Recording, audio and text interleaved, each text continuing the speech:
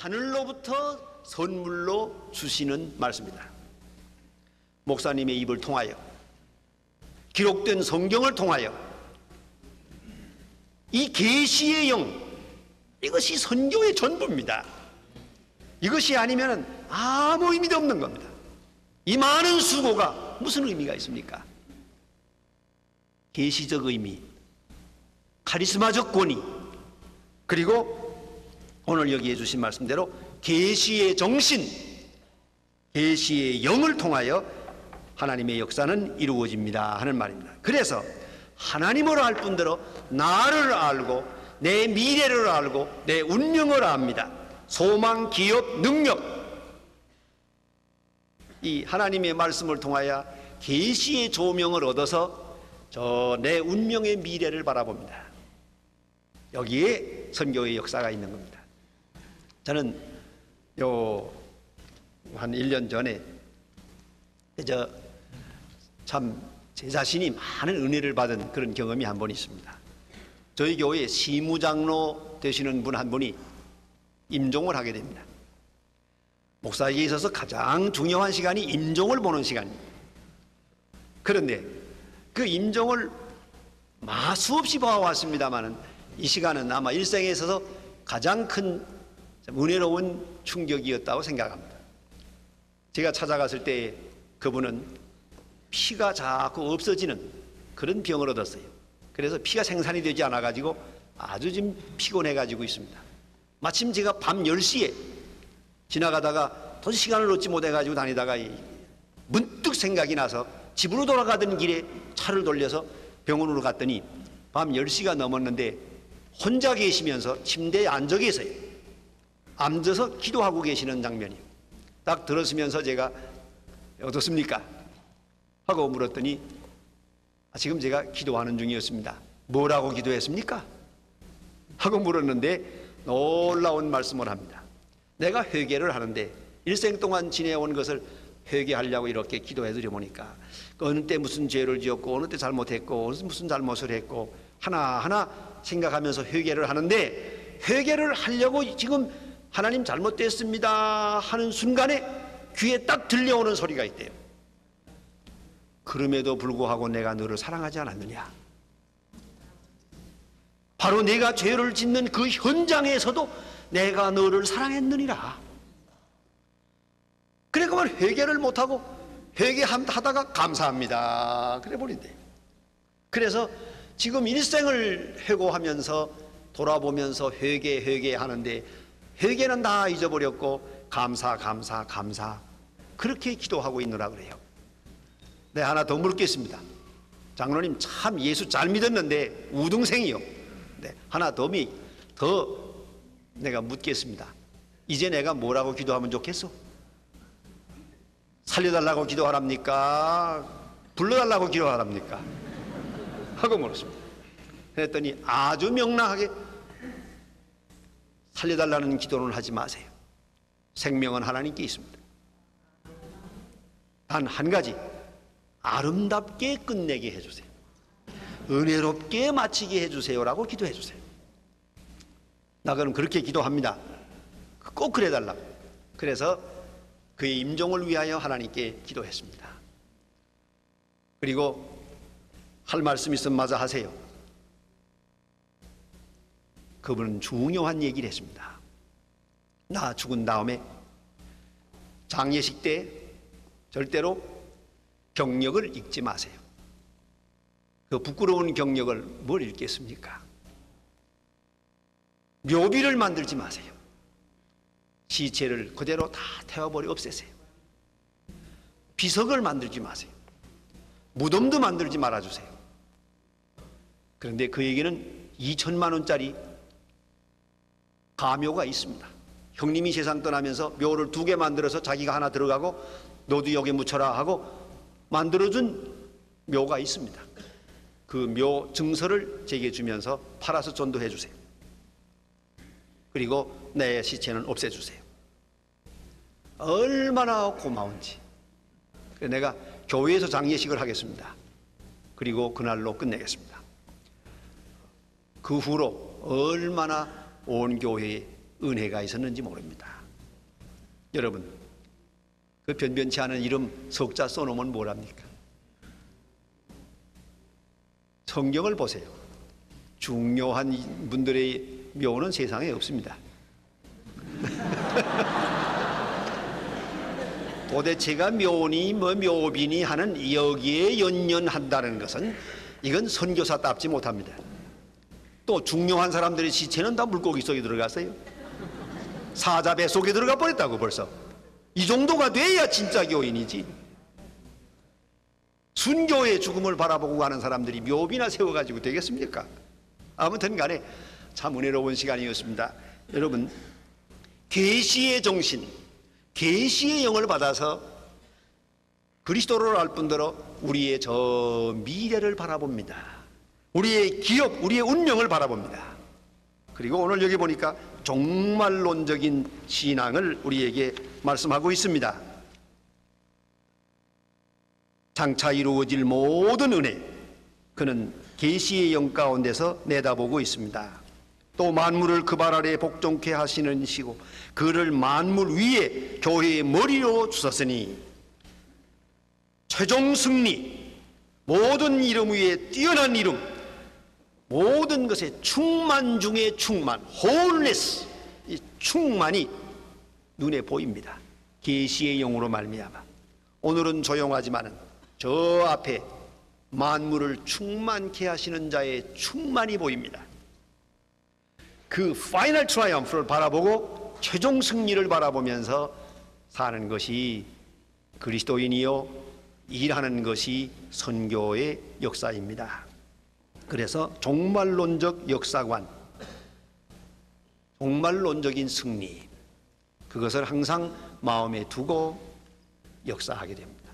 종말론을 떠나서 선교란 존재한 역사가 없습니다. 그리고 깊이 생각해야 합니다.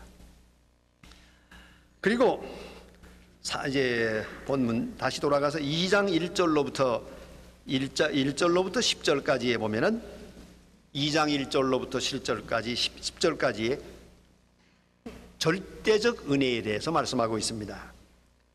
우리는 현재에 살아가고 있습니다. 그러면서 우리가 종종 과거, 현재, 미래라는 말을 합니다. 그러나 엄격히 따져 말하면 우리 인간에게는 과거나 미래는 없습니다. 항상 현재가 있을 뿐입니다. 그 현재가 어떤 현재냐가 문제입니다. 과거에 종속된 현재, 현재에 빠져있는 현재, 미래의 약속을 가진 현재, 현재가 있을 뿐입니다. 그런데 과거의 현재, 우리가 여기서 현재에서 과거를 생각하고 있거든요. 그리고 과거에 매여 있어요. 벌써 과거에 붙들려 있는 현재라고요. 이것을 과거로 하고, 어떤 사람은 저 생각이 미래에 가 있습니다. 가치관과 판단이 전부 미래에 가 있어요. 미래를 향한, 미래의 약속을 가진 결정적 미래를 바라보는 현재가 있어요. 그것을 신앙생활이라고 합니다.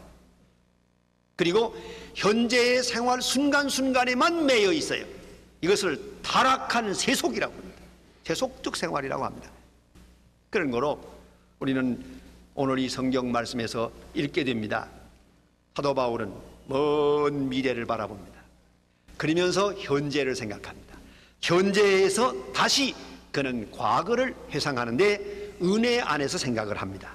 허물과 죄로 죽었던 과거, 허물과 죄로 죽었던 과거를 생각합니다.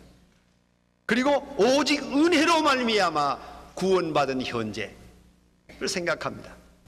그래서 그는 은혜 안에서 구속함을 받은 것을 찬양하게 되는 것입니다. 그러면 여기서 우리가 알아야 합니다. 내 오늘 이 현재를 어디에 귀속시키느냐가 문제입니다. 귀속에 문제가 있습니다. 죄송하지만 저 평양에 가보면은 북한에 있는 분들이 그 사는 모습으로서는 아주 어렵게 삽니다. 그러나 이렇게 얘기해 보면은요, 어쩌면 우리보다 더 기쁜 마음도 있습니다. 정말로 고맙게 생각하고 불편보다는 행복한 마음이 많은 것을 볼 수 있습니다. 어느 면에서. 그런데 그래 왜 행복하냐 하고 물었더니 가만히 그 얘기하는 걸 들어보니까 항상 뭘 생각하는 거 아니? 옛날에 이보다 더 못 살 때 일을 생각합니다. 그래서는 모슴살이 할 때, 지주들한테 다 빼앗길 때, 그리고 뭐 일본 사람들한테 눌려서 고생할 때, 그때 이야기만 자꾸 합니다. 지금보다 훨씬 더 못 살고 괴로운 때 이야기를 자꾸 해줍니다. 그렇기 때문에 오늘은 이거 수령님 덕에 잘 산다, 그런 생각이에요. 그래서 이게 원인 귀속이라는 게 이렇게 중요합니다. 내가 오늘 사는 이 생의 원인을 어디다 귀속화시키느냐에 따라서 달라지는 겁니다. 내가 아무리 고생스러워도 생각합니다.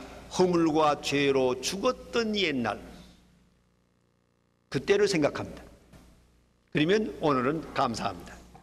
오늘 기뻐지는 겁니다. 그게 중요한 거예요.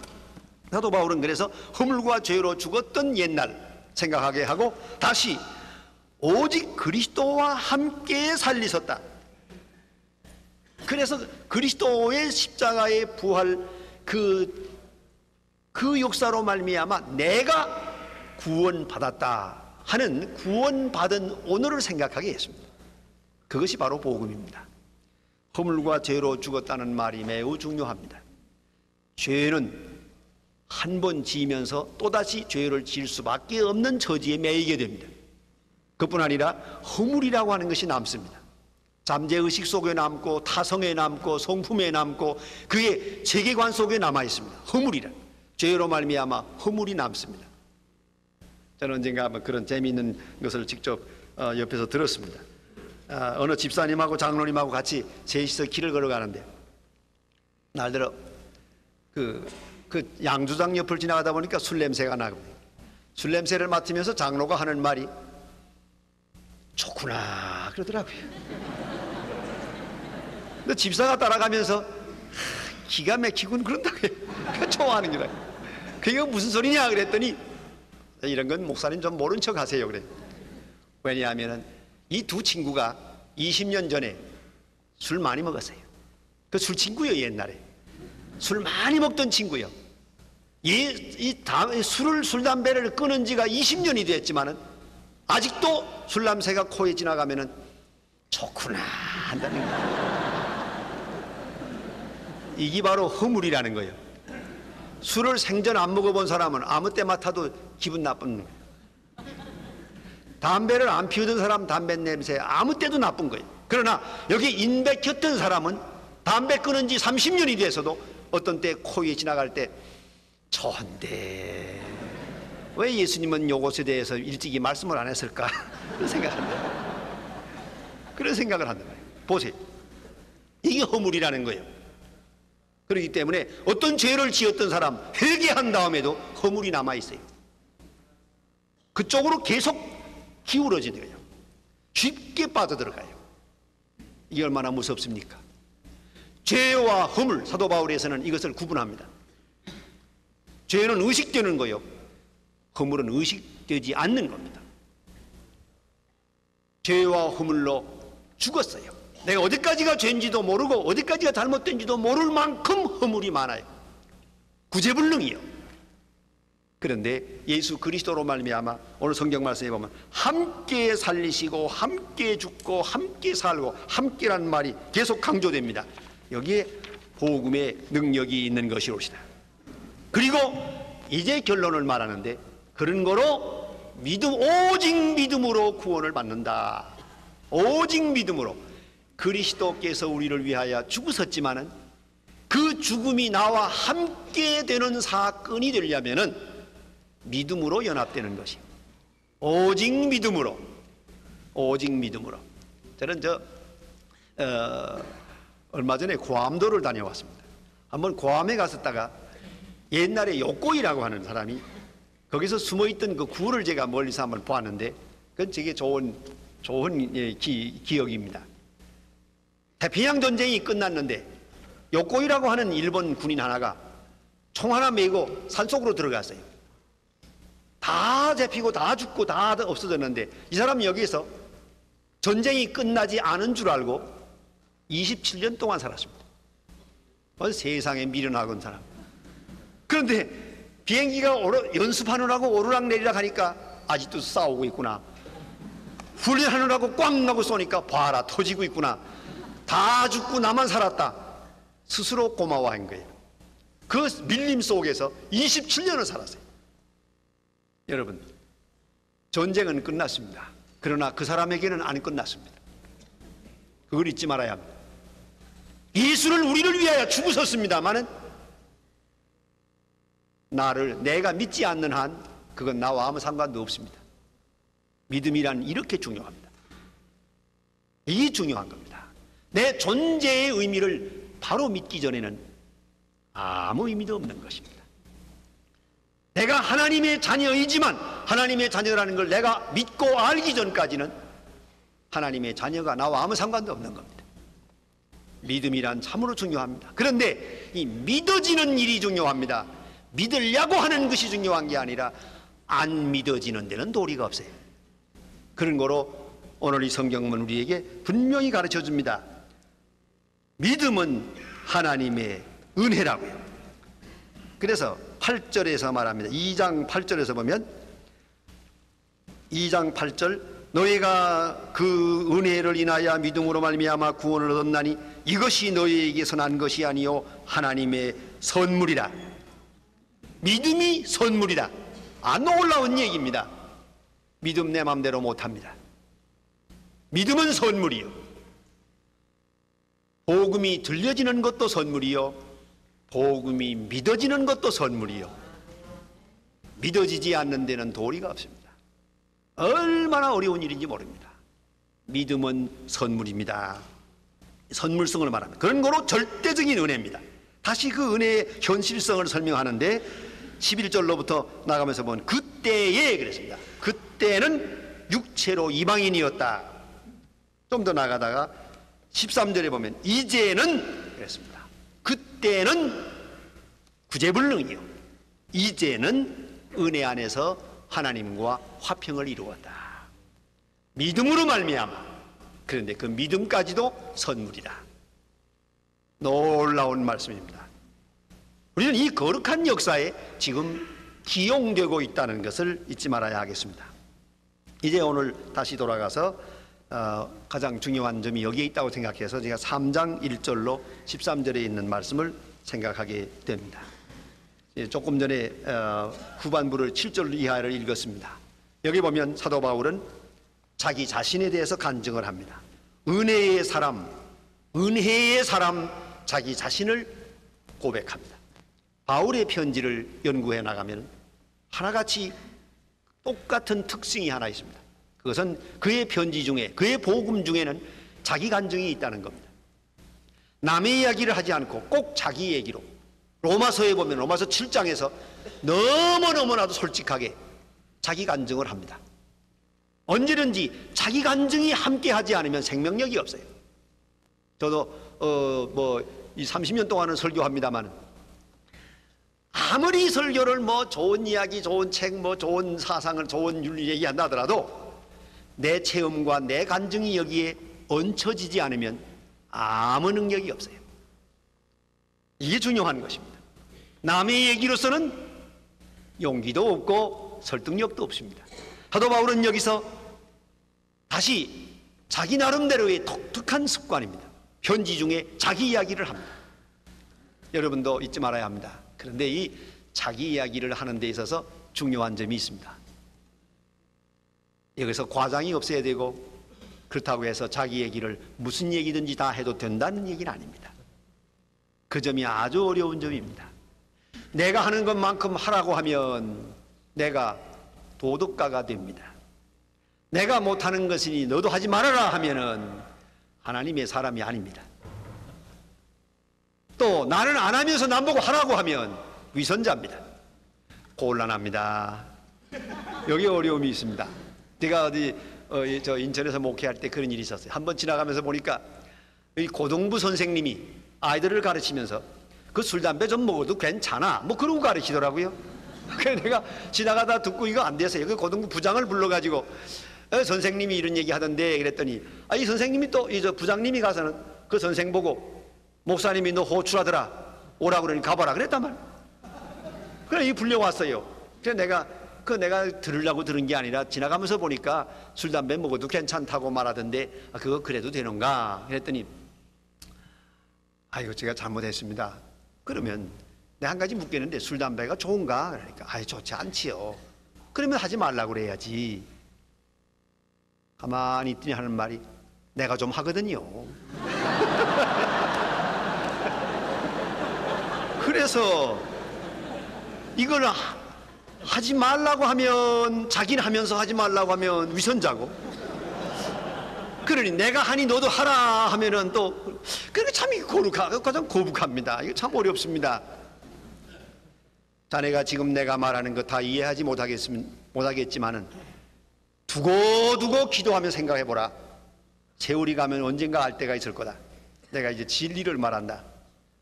남을 가르치는 자는 때때로 위선자가 되는 십자가를 져야 된다. 알아.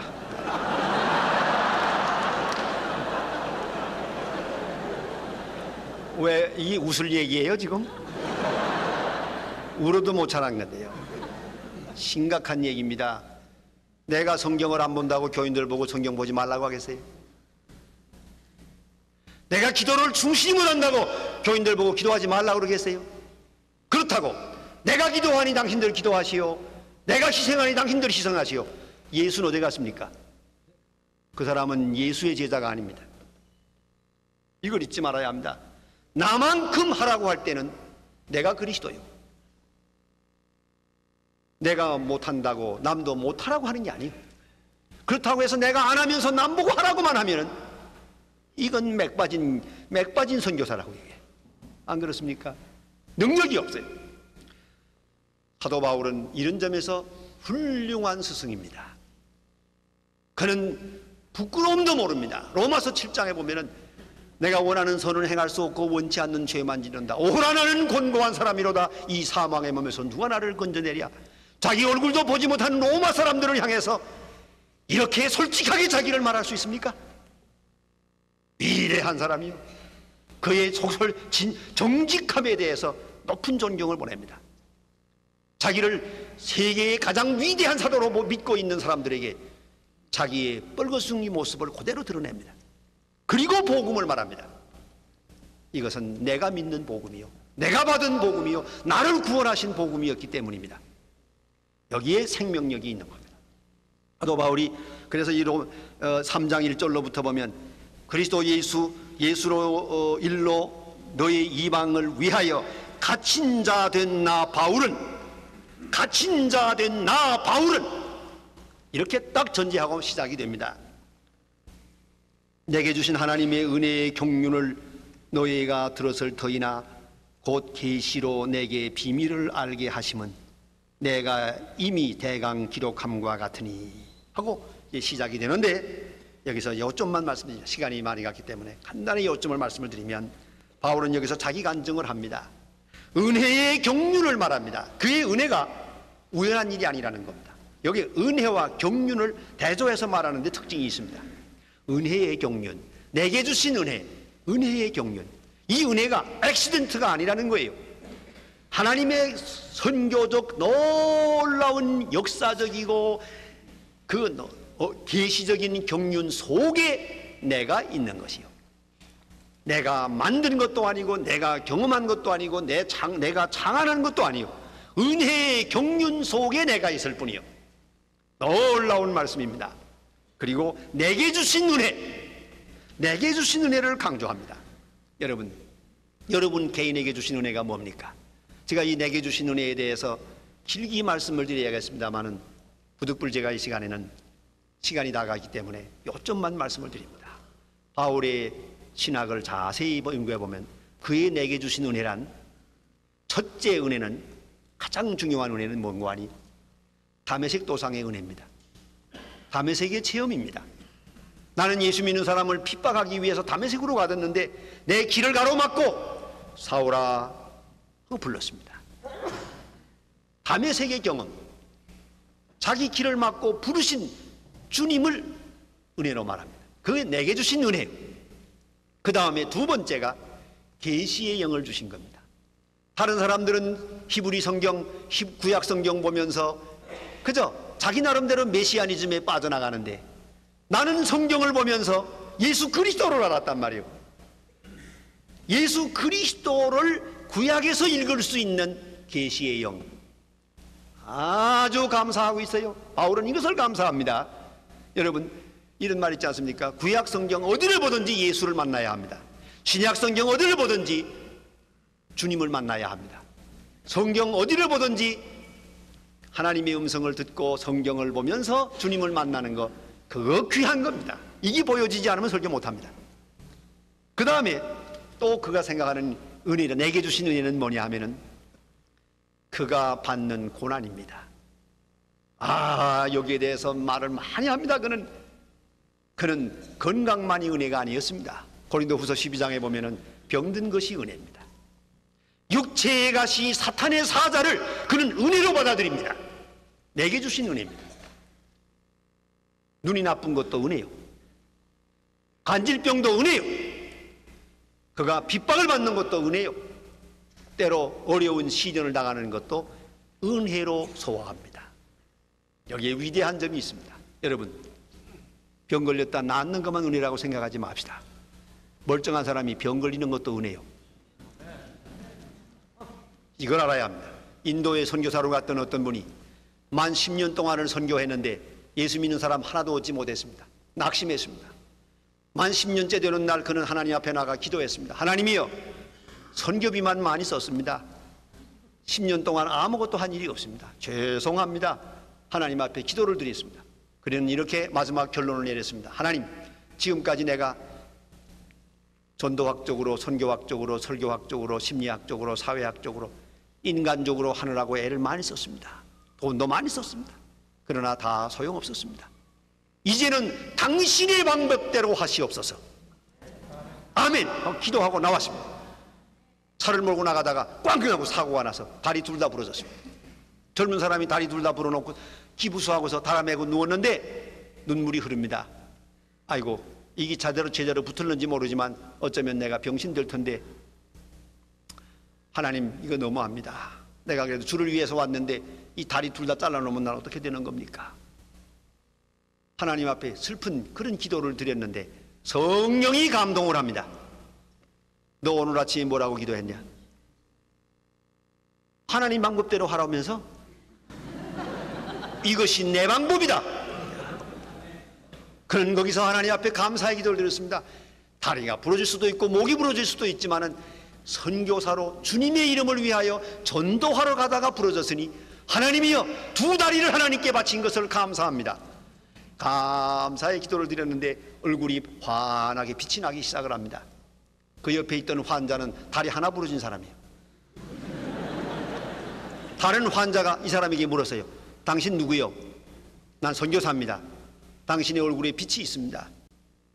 나는 선교사인데 이러이러하다고. 이 사람이 내가 예수 믿겠소.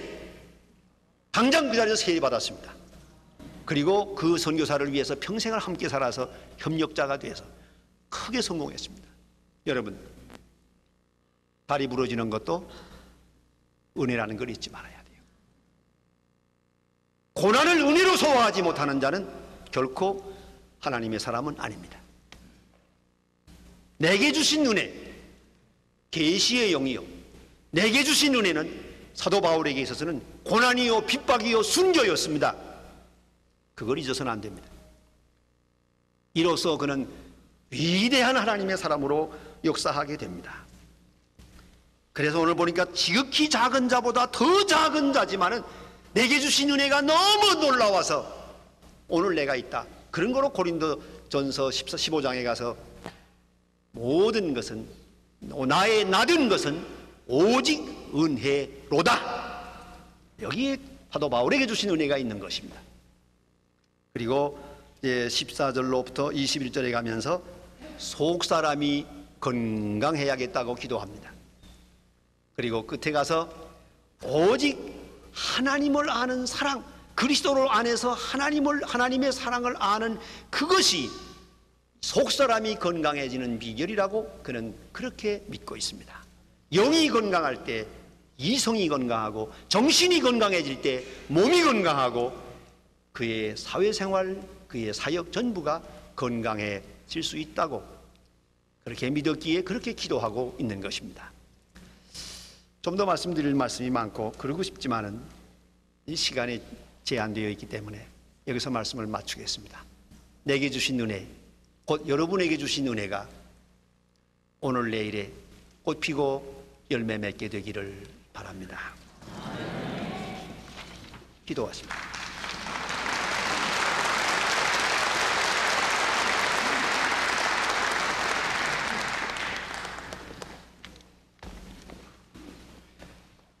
이제 여기에 서 있는 사람이 우리 광 목사님하고 한 반에서 공부를 했습니다. 그래서 동기동창입니다. 또 오늘 기도했던 목사님도 한 반에서 공부를 했습니다. 그러니까 35년 만에 만나는 겁니다. 이제 오늘 우리 찬송을 부를 때에 김재광 목사님 나오셔서 축도를 해 주실 터인데, 김재광 목사님은 이런 말씀을 어느 목사님이 은퇴를 하시고 말씀을 해서 이제 나는 3층 집을 짓는다 그럽니다. 아마 이 말은 1층은 우리가 주님의 부름을 받아서 사역을 하기 이전의 말씀이 아마 1층으로 저는 이해를 했고요. 그 다음에 부름을 받아서 은퇴하는 거기까지가 2층 집이고, 그 다음에 3층 집은 그 이후에 이제 짓는 집일 터인데, 바로 이 3층 집을 짓는 김재광 목사님은 어디에 가서 짓는 거 아니? 러시아에 가서 은퇴하시고 러시아에 가서 다시 복음을 전하기 위해서 수고하시는 목사님입니다. 이제 우리 다 같이 일어나서 260장 부르신 후에 김재광 목사님 축도로 오늘 이 순서를 마치겠습니다. 지금은 선교의 주가 되시는 우리 구주 예수 그리스도의 크신 은혜와 하나님 아버지의 지극하신 사랑과 성령의 교통하시고 충만하신 은혜가 이번 선교대회에 참석한 사랑하는 남녀 종들과 그리고 순교의 피를 각오하고 일선에 나아가 현장에서 사역하는 이 자리에 참석하지 못한 사랑하는 주의 종들과 우리 한국 국내외 교회와 전 세계 교회 위에 영원토록 함께 하시기를 간절히 축원하옵나이다. 아멘.